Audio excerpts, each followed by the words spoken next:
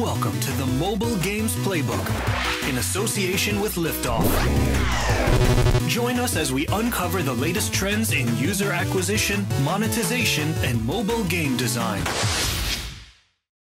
Hello, and welcome to the Mobile Games Playbook. Thanks for tuning in for another episode. This is a podcast all about what makes a great mobile game, what is and isn't working for mobile game designers, and all of the latest trends.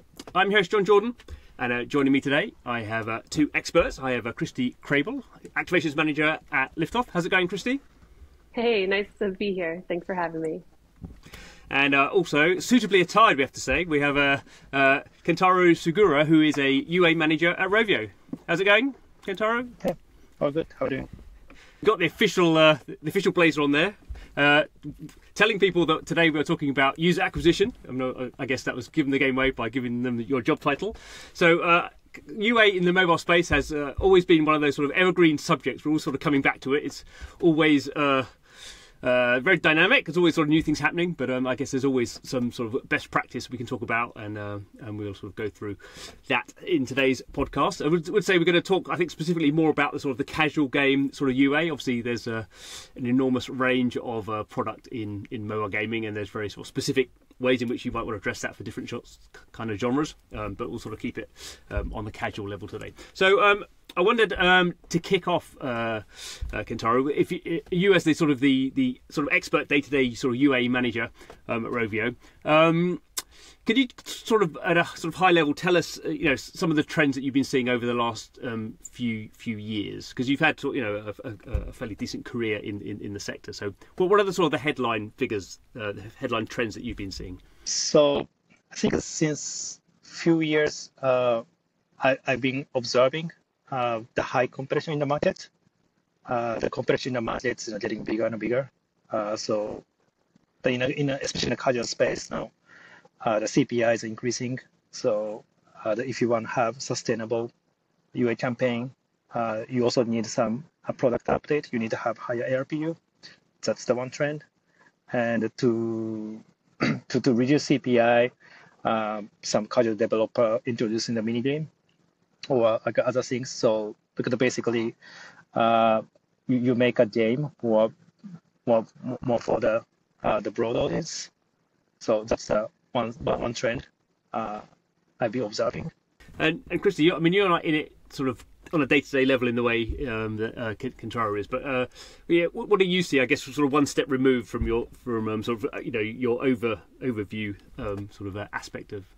No, I definitely want to echo what Kentaro is saying. I think we're seeing a lot of casual games add a minigame element to really expand their audiences. So good example of this, we're seeing Royal Match do this. They added a casino minigame recently. So it just helps them to expand their audience to target users who might be have different motivations or be interested in different kinds of game features and get them into the game and then get them hooked. And I guess this sort of already sort of highlights maybe I don't know, I would say it's attention, maybe it's not attention, but obviously sort of UA is you have a game that you're sort of really proud of and you want to get that game in front of the biggest audience you can because you think this game's going to be great, they're going to love it, we're going to sort of generate revenue either through in-app purchases or advertising.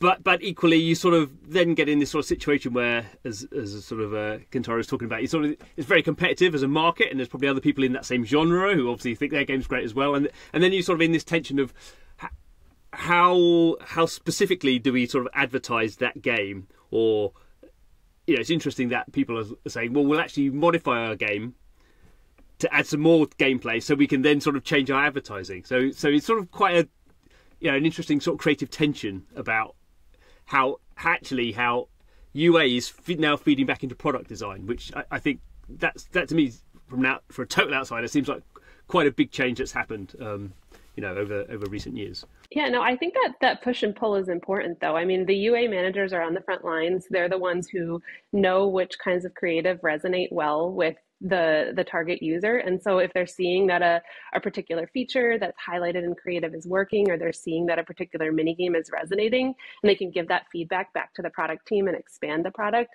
I think that feedback loop is really important. we're seeing that actually with Kentaro, your game Angry Birds 2.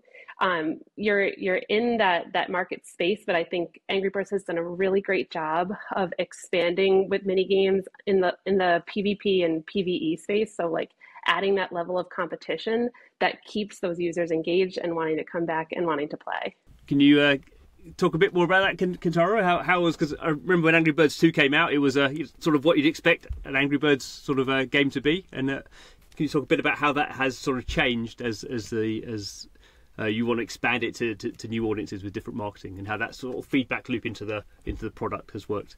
So Angry Birds 2 has a lot of the game feature. So as Christie mentioned, we do have the player versus player function, so which is called the arena. We also have the normal like side gameplay. We also have Tower of the Fortune, which is a little bit like like a roulette or dice function. So basically, you have a few cards, and you need to choose one card, and you get some reward. So we try to expand our audience base by adding new features. And from UA side, specifically for creatives, we try to enhance the element we have in the game and try to attract different kind of users. For you being part of the UA team, how does that feedback work when you're talking to the product team? Have they had to be sort of more flexible in? Do they find that a sort of a positive thing where they go, "Oh, great, we can add these new things into the game"? Or maybe sometimes I can imagine some creatives sort of going, "Well, this is my game, and I'm not sure I want to add a mini game." I mean, how does that sort of flow happen? Product team is very keen to what's happening in the UA, and especially what's happening in the UA creative. So we do have like a regular session talk about creatives. So in terms of a mini game, at this moment we are still developing with Angry Birds 2. So at Rovio, we do see some great result in terms of user engagement with the mini games. With the AB2, it's a little bit challenging. So there's a few reasons. So one of the reasons is that our game is the landscape, and most of other placements are portrait. So we need to adjust the UI from portrait to landscape or vice versa. So depending on what kind of idea we have. So if the idea is more from the UI side, then it's the portrait, and then we need to find a way how to make this portrait the playable mini game into the landscape. And if the idea from the product team, the vice versa. So this is one of the challenge. And also we do see the lack of mini game. It's not a problem, but it's a problem is more problem is the mini game, which can problem is the finding the mini game which can scale on a UA, and which also attract the existing user in a product side. So I think that's one of the biggest challenge we have at this moment. Coming back to specifically Angry Birds 2, I guess one of the advantages you have in that game is you have a very recognisable characters. So probably some of the most recognisable characters in mobile gaming. Obviously, Angry Birds, one of the big, probably one of the first big, mobile game successes, and whatever we are now, over a decade on, very recognisable globally. Is that something that sort of you can leverage in terms of your UA, that you can, you don't have to have this sort of context where it's a game I've never heard of, and who are these characters? I mean, how is that like a positive thing that you can use? Having global recognizable IP is helping our UA operation. More specifically, we do see better IPM thanks to the Angry Bird brand. So we do have some internal study that's what's the IPM difference between the Angry Bird versus non-Angry Bird creatives, and we do see significant performance uplift with Angry Bird characters. That's what you hope to see. So maybe breaking a bit out from Angry Birds. I mean, Christie, I don't know if it's something you can do. Discuss one of the when I say sort of tension. One of the things I guess we have seen, and sort of I guess mentioning no names, but we sometimes I guess we can see the UA creative and the actual game actually sort of diverging. And I guess over the years, sometimes that's sort of become a sort of funny meme, and sometimes not. I mean, do we think generally now people have sort of found the sort of the sweet spot where, you know, you're not sort of selling someone a game that you can't then replicate in the game? Because obviously the easiest thing is to just make a fantastic advert. You go, oh wow, that looks amazing, and then you go to the game and go, oh well, wonder where that bit of the game is. Totally, yeah. And if you had a great advert and it didn't match what the actual gameplay was, your user retention would be terrible. But I think, you know, one of the interesting new trends we're seeing is long form video content and ads. So those 90-second ad spaces, and that gives brands a lot of room for experimentation. So you can keep that core gameplay, you can make sure that the ad is not misleading, but you can also start off with something splashy, whether that's like an interactive piece or even like an influencer, some UGC, a creator responding to a particular piece of gameplay. Then you can show that core gameplay, you can highlight those well-known brand images or those specific characters, and then have a call to action. And that 90-second long video is really giving advertisers more room to kind of play and have fun while still staying true to the core gameplay.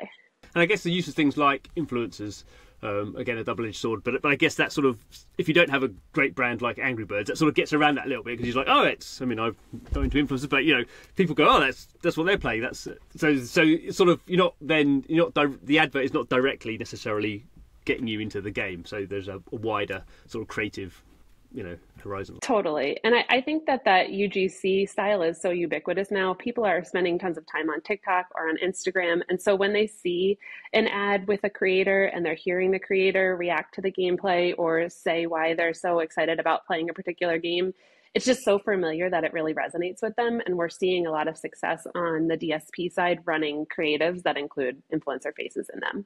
They're becoming meta brands, I guess, across the industry.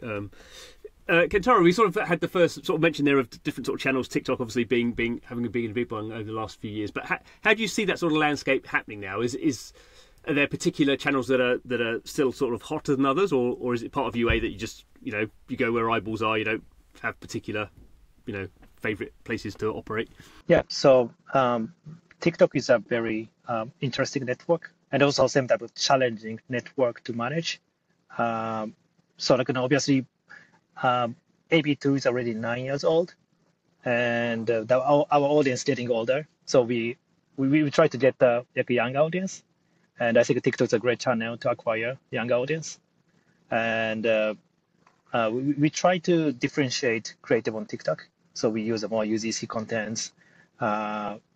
We have a good partnership with TikTok, and they're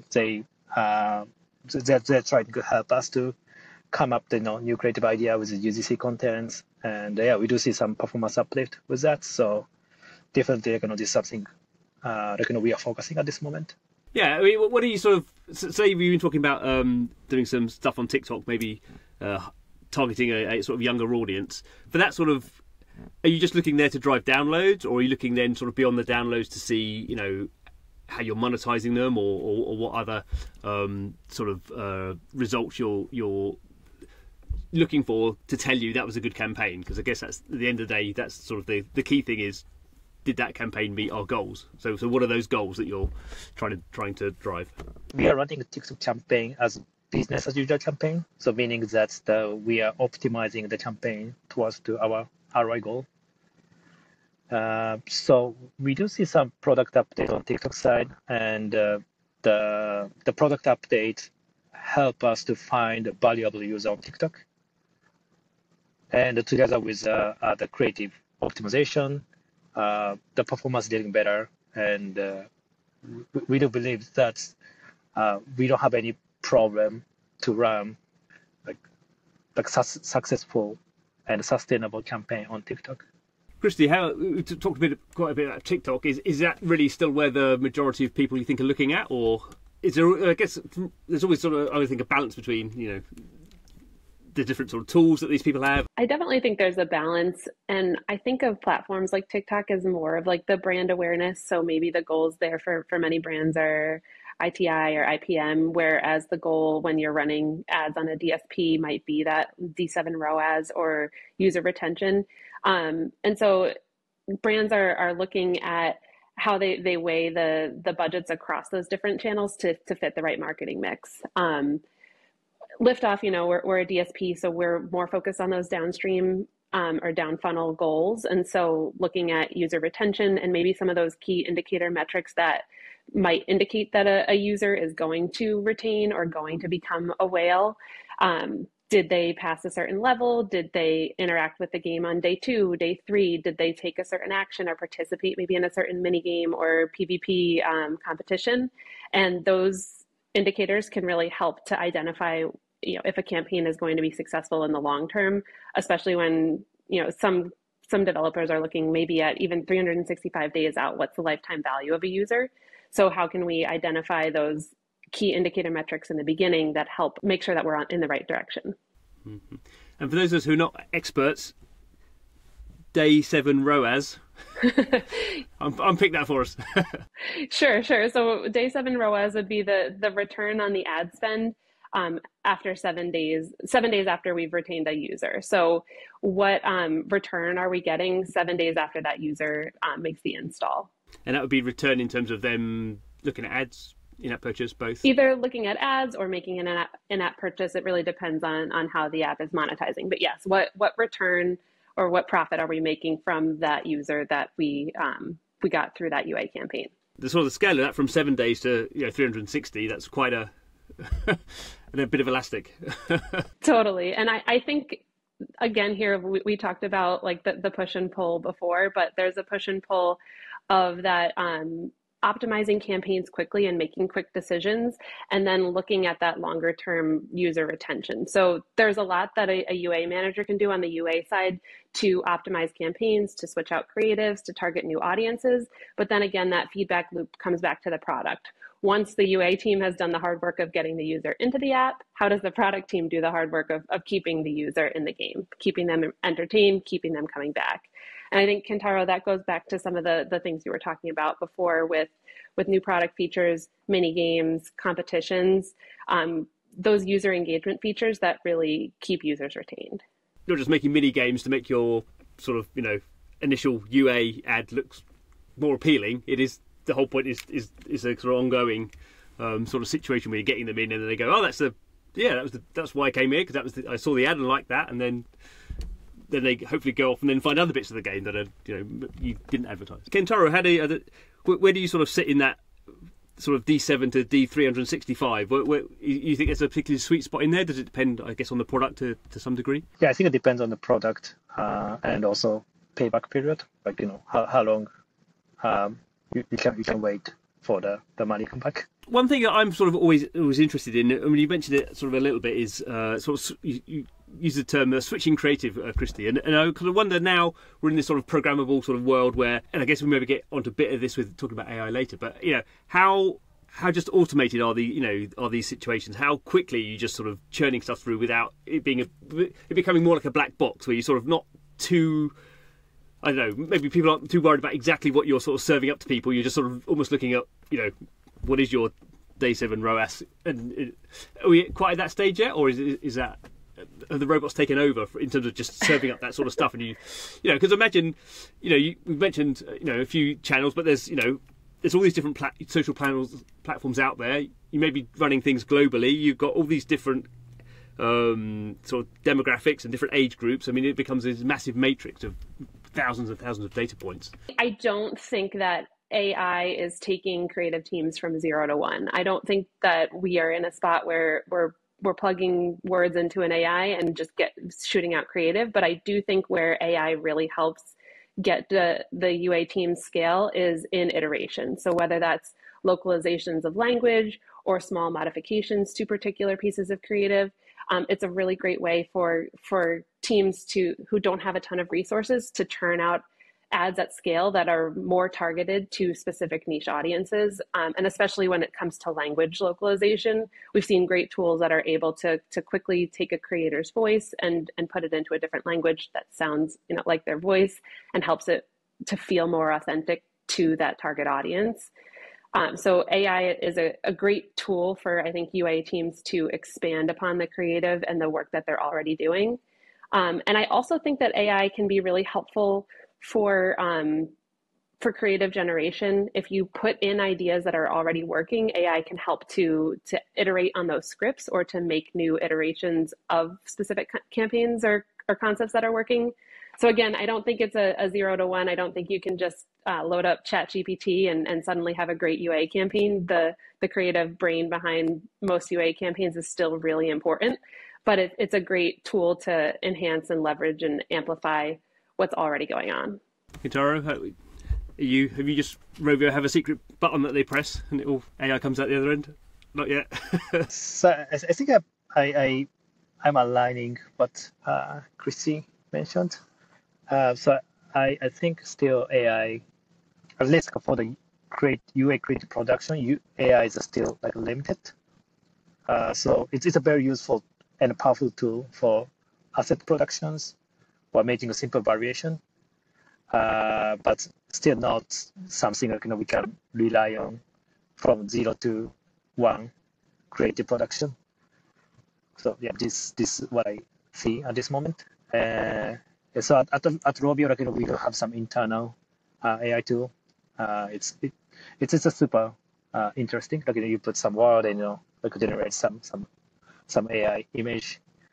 I love to use some AI tool, but still, it's more like supportive tool than something standalone tool which can which can make the UI creatives. Do you think that's just sort of a limitation of the current technology and the fact that it's sort of mainly sort of, I guess, a generalized sort of thing and maybe not specific enough for what you would need for sort of game assets? I mean, if we get ChatGPT 6, does that take us from 0 to 1? Is it just that we're in this sort of current situation where it's just not quite at that level?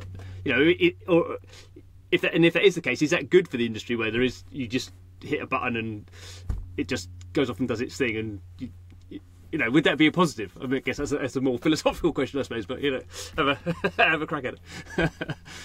I have to say, AI is as good as the inputs.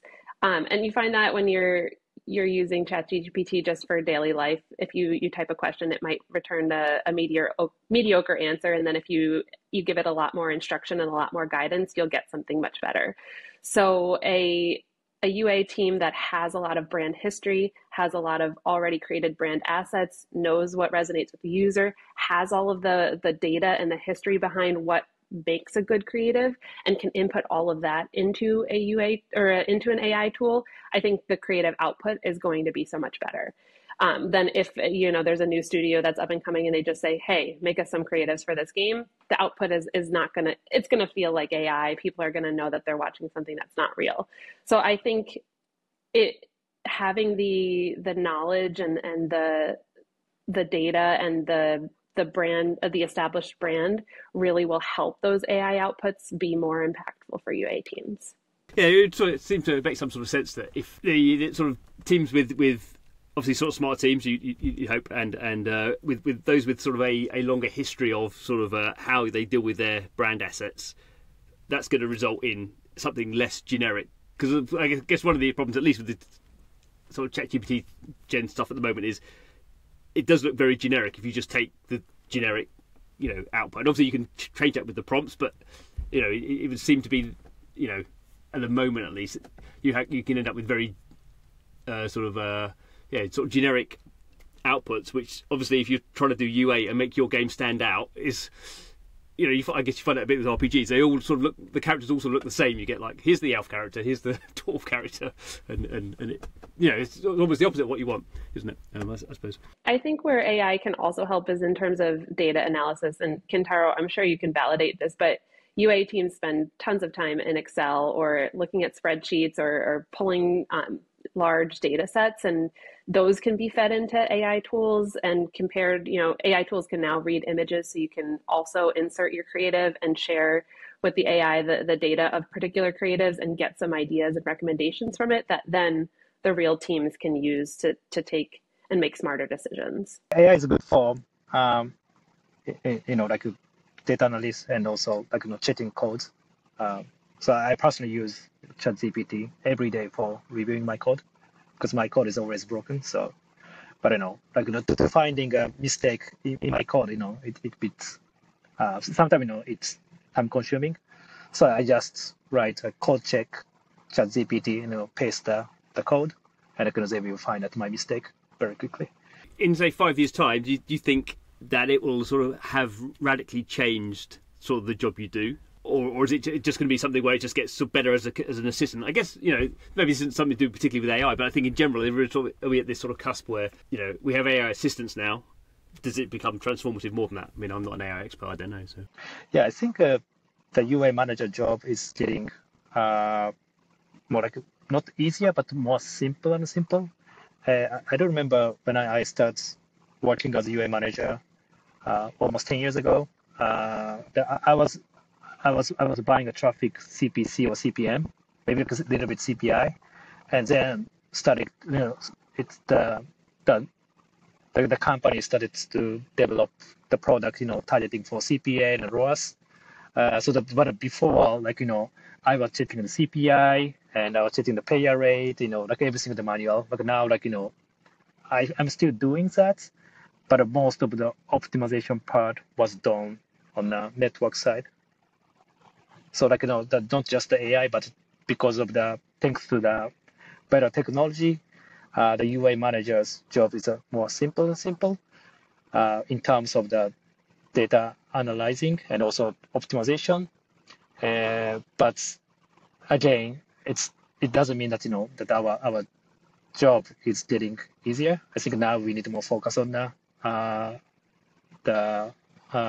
creatives, how we can attract the new user. So we need to be more creatives. We need to be more creative. Everyone has to be creative in a way, in a more structured and better way for the products that they are producing, rather than, I guess, that's the specialization that happens over time. To begin with, everyone sort of has a sort of roughly the same tools, and it doesn't differentiate their product. And I guess that's really what you're doing with UA, which is just a very specialized form of marketing. Is it's just like becoming more focused, and what actually is it that it's our product, and what actually is it that we are trying to excite people about, which is sort of coming back to where we sort of started out from. Any thoughts on that, Christie? You seem slightly more AI skeptical, but I mean, in a sense, it is going to impact the games industry in general, and the games industry will always need to be sort of working out ways of advertising its products to find an audience for itself. So, I think, Kentaro, what you're saying is right. Is not that your job has become necessarily easier, but just that these tools free you up to be more strategic, and you have to be more strategic because everyone else has the same tools. And so the industry is just going to get more and more competitive as these tools allow teams to spend less time in the weeds and the data and more time thinking big picture, making strategic decisions. They're going to be quickly iterating on creatives or expanding their creatives to different geos. So I think AI could potentially just, expand the market and make that job, uniquely specialized and a little bit more challenging. That sounds good, though. That sounds positive for UA managers. It takes away the sort of boring, tedious stuff like checking new code, and it allows you to become a UA visionary. Yeah, like a less manual work, but a more creative work. Definitely. There we go. Well, I think that's a good place to conclude our conversation on the trends of UA. Thanks very much to Christie and Kentaro for our discussion on UA. Maybe got a bit philosophical, I don't know. I think that's good. And thanks to you for listening to the podcast, however you are consuming it. Every episode we are talking about what's going on in mobile gaming, which is obviously the biggest part of the games industry and the most dynamic as well. So I hope you're enjoying them. Do subscribe via your podcast channel of choice, and come back next time. See you then.